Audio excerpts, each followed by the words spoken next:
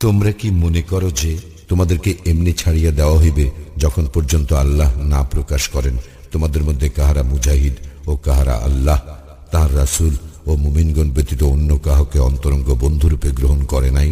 তোমরা যাহা করো সে সম্বন্ধে আল্লাহ সবিশেষ অবহিত। মুশরিকরা যখন নিজেরাই নিজেদের কুফরি স্বীকার করে তখন তাহারা আল্লাহর মসজিদের রক্ষণাবেক্ষণ করিবে এমন হইতে পারে না। উহারা এমন যাদের সমস্ত কর্ম ব্যর্থ হইয়াছে এবং উহারা দুযুগেই স্থায়ীভাবে অবস্থান করিবে। তাহারাই তো আল্লাহর মসজিদের রক্ষণাবেক্ষণ করিবে যারা ঈমান আনে আল্লাহ ও আখিরাতে এবং সালাত কায়েম করে, যাকাত দেয় এবং আল্লাহ ব্যতীত অন্য কাহাকেও ভয় করে না। অতএব আশা করা যায় তাহারা হইবে সৎপথ প্রাপ্তদের অন্তর্ভুক্ত। হাজীদের জন্য পানি সরবরাহ এবং মসজিদুল হারামের রক্ষণাবেক্ষণ করাকে তোমরা কি তাহাদের পুণ্যের সমজ্ঞান করো যারা আল্লাহ ও আখিরাতে ঈমান আনে এবং আল্লাহর পথে জিহাদ করে? আল্লাহর নিকট উহারা সমতুল্য নয়। আল্লাহ জালিম সম্প্রদায়কে সৎপথ প্রদর্শন করেন না।